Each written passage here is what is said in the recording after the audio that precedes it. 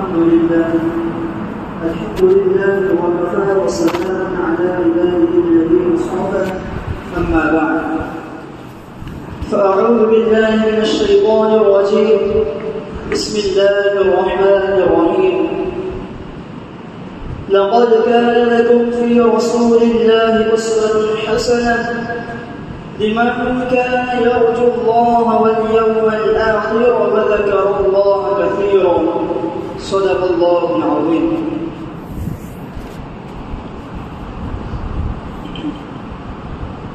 محترم سامعین کرام، اللہ رب العزت کے احسان و کرم ہوا کہ اللہ تبارک و تعالیٰ نے ہمیں نبی اکرم صلی اللہ علیہ وسلم کی امت میں پیدا فرمایا.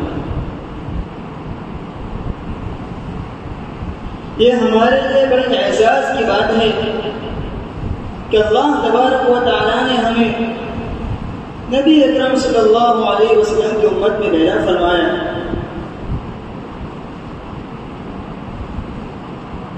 چنانچہ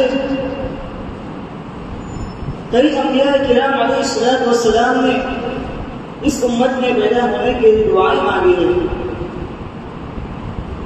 محترم حضرات، میں نے آپ حضرات کے سامنے کلام اللہ پاک کی ایک آیت تلاوت فرمائی ہے. لقد كان لكم في رسول الله أسوة حسنة لمن كان يرجو الله واليوم الآخر وذكر الله كثيرا. اللہ تبارک و تعالی ارشاد فرماتے ہیں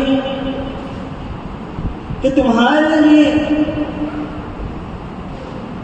نبی پاک صلی اللہ علیہ وسلم کی زندگی میں بہترین نمونہ موجود ہے.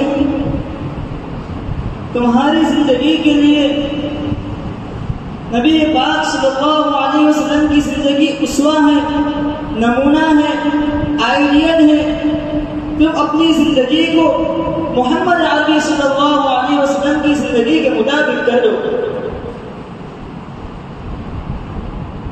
جو شخص اپنی زندگی کو حضرت محمد مصطفیٰ صلی اللہ علیہ وسلم کی زندگی کے مطابق کر لے گا وہی شخص دنیا میں کامیاب ہے، اور جو شخص اس کے خلاف کرے گا یقیناً وہ شخص ناکام ہے اور نامراد ہے.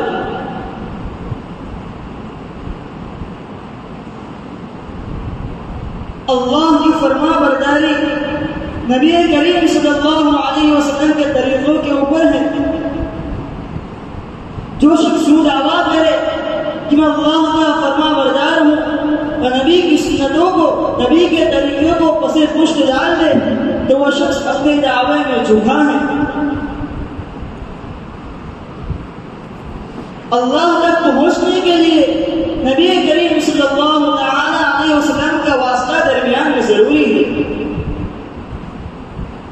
اسی آیت میں اگر اللہ تبارک و تعالیٰ ارشاد فرماتے ہیں یرجو اللہ، اس میں 3 بار فرمائی ہے یرجو اللہ والیوم الآخر وذکر اللہ کثیرا. کون؟ جو اللہ کی ملاقات کی امید رکھے. جو شخص اللہ کی ملاقات کی امید رکھے گا وہ شخص دنیاوی زندگی بہترین گزارے گا. اپنے رہن سہن میں، اپنے چال چلن میں، اپنے اٹھک اور بیٹھک میں ہر جگہ پر نبی کے طریقے کو بنائے گا اور اسی کے مطابق عمل کرے گا. والیوم الآخر، اور جو شخص آخرت پر ایمان رکھے، جو شخص آخرت پر ایمان رکھے گا، قیامت کے دن پر ایمان رکھے گا، وہ شخص کی زندگی بھی نبی کے طریقوں کے مطابق ہوگی. جنت اور دوزخ ہم نے سنا ہے، نبی نے دیکھا ہے. معراج میں اللہ تبارک و تعالیٰ نے نبی کو جنت کی سیر کرائی، جنت کے مناظر دکھائے، جنت کے درجات دیکھے نبی نے اور جہنم کے درجات دیکھے. ہم نے جہنم اور جنت کو سنا ہے، نبی نے اسے دیکھا ہے. تو وہ شخص جس نے آخرت کو دیکھا ہو اس سے زیادہ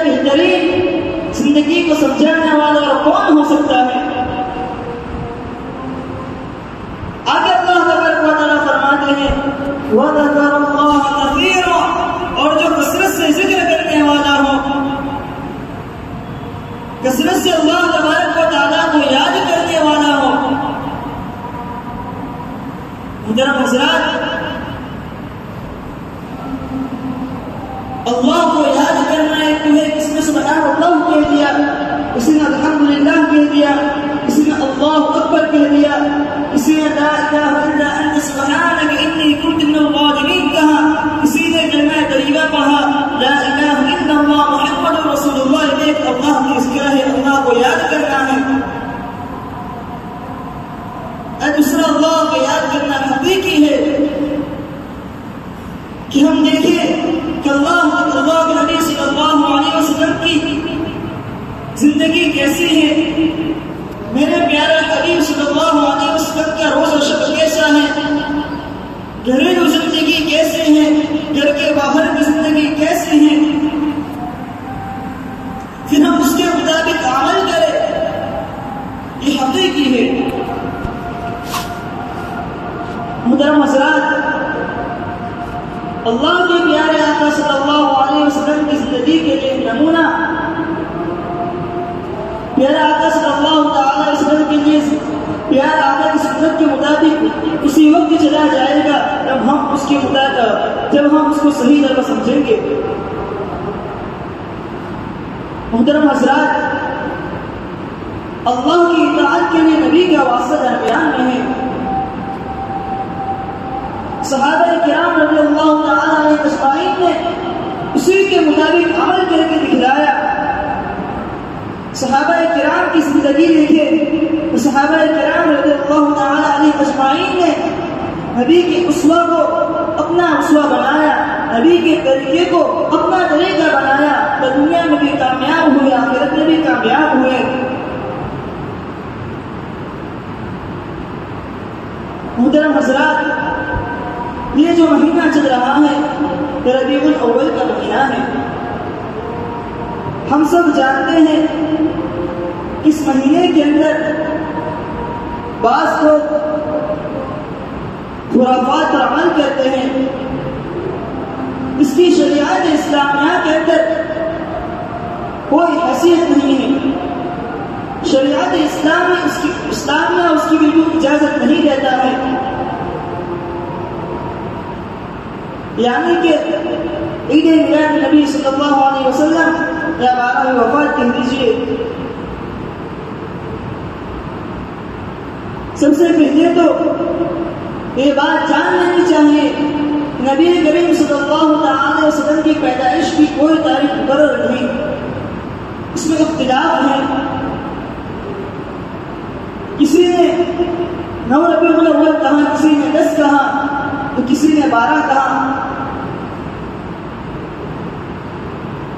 اور کسی نے اور مہینہ رمضان مبارک کی بتایا ہے۔ ہاں، یہ بات ضرور ہے نبی کریم صلی اللہ علیہ وسلم کی پیدائش ہمارے لیے مسرت اور خوشی ہے، لیکن خوشی اسے کہتے ہیں جو شریعت نے کہا ہو، خوشی ہو ہے جو شریعت کی نظر میں حقیقت میں خوشی ہو، خوشی ہو نہیں جب اپنے عقل کے سوچ اپنے عقل کے اوپر چل کر اسے خوشی مان لے۔ شریعت کے اندر ایک عید الاضحیٰ کا دن ہے جو حضرت ابراہیم علیہ نبینا علیہ السلام اور ان کے فرزند اسماعیل علیہ نبینا علیہ السلام کی قربانی کے اوپر اللہ تبارک و تعالیٰ نے ہمیں خوشی کی قربانی کو یاد رکھنے کے لیے اللہ نے ہمیں دیا ہے، اور ایک عید الفطر کا دن ہے جو رمضان مبارک کی وجہ سے اللہ تبارک و تعالیٰ نے ہمیں انعام کے طور پر ادا کیا ہے۔ حضرت ابو بکر صدیق رضی اللہ تعالیٰ عنہ اجمعین کے دور خلافت میں، حضرت عمر فاروق رضی اللہ تعالیٰ عنہ اجمعین کے دور خلافت میں، حضرت عثمان غنی رضی اللہ عنہ کے دور خلافت میں، حضرت علی کرم اللہ وجہہ کے دور خلافت میں، حضرت امیر معاویہ رضی اللہ عنہ کے دور خلافت میں، لیکن صحابہ کے زمانے میں، تابعین کے زمانے میں، تابعین کے زمانے میں عید میلاد النبی صلی اللہ علیہ وسلم کا کوئی حیثیت ملتی ہے یا کوئی اس کا وجود ہمیں نظر آتا ہو؟ ایسے ہم نے اپنے طور پر اس کا وجود دے دیا ہے کہ جو ہم نے اچھا سمجھا ہم نے اس کا رواج دے دیا۔ محترم حضرات، یہ سراسر بدعت ہے. کل بدعت ضلالہ وکل ضلالۃ فی النار. کہ ہر بدعت گمراہی ہے اور ہر گمراہی جہنم میں لے جانے والی ہے. محترم سامعین کرام، ہونا تو یہ چاہیے تھا کہ ہم نبی کریم صلی اللہ علیہ وسلم کی زندگی کا مطالعہ کرتے، نبی کی سیرت کو پڑھتے، نبی کی سیرت کو دیکھتے، نبی کے چال چلن کو دیکھتے، نبی کے رہن سہن کو دیکھتے، نبی کے اٹھن بیٹھن کو دیکھتے، ہم اسی کے مطابق اپنی زندگی کو ڈھا دیتے. سیرت نبی اتنی وسیع ہے کہ اس پر عمل کرتے چلے جائیں لیکن کبھی ختم ہونے والے نہیں ہیں. لیکن ہم نے نبی کی سیرت کو صرف کھیل اور تماشا بنا دیا. محترم حضرات، کون نہیں جانتا کہ عید میلاد کے جلوس پر کتنے خرافات وجود میں آتے ہیں. سب سے پہلے کہ اللہ تبارک و تعالیٰ نے نماز کا حکم قرآن پاک میں بار بار فرمایا کہ تم نماز قائم کرو، نماز قائم کرو، نماز کو مضبوطی سے پکڑ لو. تو عید المیلاد کے اندر جیسے جلوس کی مشہوری کے اندر نماز چھوڑ دیتے ہیں اور یہی سمجھتے ہیں، عید میلاد اصل سمجھتے ہیں پر نماز کو چھوڑ دیتے ہیں. یہ تو سراسر ظلم ہے. پھر اس سے بڑھ کر نبی پاک صلی اللہ علیہ وسلم کی نبی پاک صلی اللہ علیہ وسلم کے نام پر کیک بنائی جاتی ہیں، اس کے اوپر پیارے آقا صلی اللہ علیہ وسلم کا نام لکھا جاتا ہے اور اسی کو چھری سے کاٹا جاتا ہے. محترم حضرات، یہ ظلم نہیں تو کیا ہے؟ اللہ اقبال کی خبر پر کرو رحمت نازل فرمائے. انہوں نے کہا تھا، سالوں پہلے کہا، یہ امت خرافات میں کھو گئی، حقیقت روایات میں کھو گئی، یہ امت خرافات میں کھو گئی. ہم خرافات میں کھو گئے، اصل کو بھلا دیا. ہونا یہ چاہیے تھا ہم نبی کے دامن کو مضبوطی سے پکڑ لیتے. اس طرح صحابہ کرام نے نبی صلی اللہ علیہ وسلم کی سیرت کو بنایا تھا تو انہوں نے کیسر و کسرا کی تختے کو پلٹ دیا تھا اور وہ دنیا پر چھا گئے تھے. اس میں کیا وجہ تھی؟ صحابہ کی جماعت کی بہت بڑی جماعت نہیں تھی. ابھی مسلمانوں کی جتنی تعداد ہے، جتنی کثرت ہے، اس کے مقابل صحابہ کی جماعت تو بہت کم تھی. لیکن انہوں نے نبی کے طریقے پر شریعت کے اوپر چل کر دکھایا تو اللہ تبارک و تعالیٰ نے انہیں دنیا اور آخرت میں کامیابی عطا فرمائی اور انہیں دنیا ہی کے اندر رضی اللہ عنہم ورضوا عنہ کا پروانہ مل گیا. محترم حضرات، ضرورت اس بات کی ہے کہ ہم ایسے خرافات سے بچے اور ہم زیادہ سے زیادہ نبی پاک صلی اللہ علیہ وسلم کی سیرت کے اوپر عمل کرنے والے بن جائے. ہونا تو یہ چاہیے تھا اگر ہمارے چہرے پر نبی کی سنت نہ ہوتی، اگر ہمارا چہرے پر داڑھی نہ ہوتی تو ہم داڑھی سے اپنا چہرہ سجا لیتے. اگر ہمارا لباس، ہمارا طور طریق، ہمارا لباس نبی کے لباس کے مطابق نہ ہوتا تو ہم اپنے لباس کو نبی کے لباس کے مطابق کر لیتے. اپنے گھریلو زندگی، ازدواجی زندگی شریعت کے مطابق نہ ہوتی، نبی کے طریقے کے مطابق نہ ہوتی تو ہم اس کو اسی کے مطابق کر لیتے. محترم حضرات، جب آپ صلی اللہ تعالی علیہ وسلم نے پہاڑی کے اوپر کھڑے ہو کر کہا تھا کہ تم نے مجھے کیسا پایا، تمام لوگوں نے ایک زبان ہو کر یہی کہا تھا، ہم نے آپ کو سچا پایا. کفار نے کہا تھا، مشرکین نے کہا تھا. لیکن آج ہم دیکھ لیجیے نبی کریم صلی اللہ تعالی علیہ وسلم نے نبی کریم صلی اللہ علیہ وسلم ان خرافات کو مٹانے کے لیے دنیا میں آئے. آپ صلی اللہ علیہ وسلم جن چیزوں کو مٹانے کے لیے دنیا میں مبعوث ہوئے، آج ہم نے اسی کو اپنا لیا.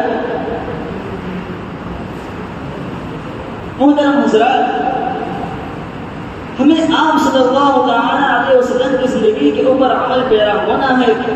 اس طرح صحابہ کرام نے آپ صلی اللہ علیہ وسلم کی زندگی کے اوپر عمل کر کے دکھلا دیا.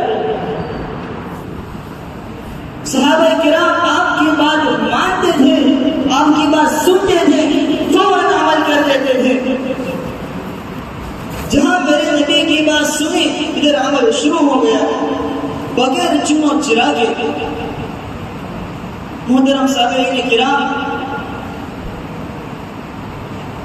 آپ صلی اللہ علیہ وسلم کا چچا ابو لہب، میرے نبی کی جب ولادت ہوئی، آپ صلی اللہ علیہ وسلم جب دنیا میں مبعوث ہوئے، آپ کی تشریف آوری ہوئی تو خوشی کے موقع پر ابو لہب نے اپنی انگلی کے اشارے سے اپنی بادی کو آزاد کر دیا تھا. نبی کی ولادت کے اوپر اس نے خوشی منائی تھی، لیکن جب آپ صلی اللہ علیہ وسلم نے دین کی دعوت دی تو اسی نے سب سے پہلے مخالفت کی. نبی کی ولادت کے اوپر خوشی تو منائی، لیکن نبی نے جب دین کی دعوت دی، اعلاء کلمت اللہ کیا، تو اس نے دین کی دعوت کو لبیک نہ کہا بلکہ میرے نبی کی مخالفت کی. آپ صلی اللہ علیہ وسلم کی پیدائش یقیناً خوشی اور مسرت کا دن ہے، اسی کے اوپر خوشی منائی جائے. خوشی کا مطلب یہ نہیں کہ ہم خرافات کو جنم دے. خوشی کا موقع تو یہ ہے جو ہمیں شریعت نے سکھایا ہے. اس سے میرے بزرگ اور دوستوں، ضرورت ہے اس بات کی کہ ہم سنت نبی کو اپنے سنت نبی پر عمل پیرا ہو جائے. آج جو ہم دنیا کے اندر ذلیل و خوار ہیں، اس کی سب سے بڑی وجہ بھی یہی ہے کہ ہم نے اللہ کے احکامات کو بھلا دیا، نبی کے طریقے کو چھوڑ دیا.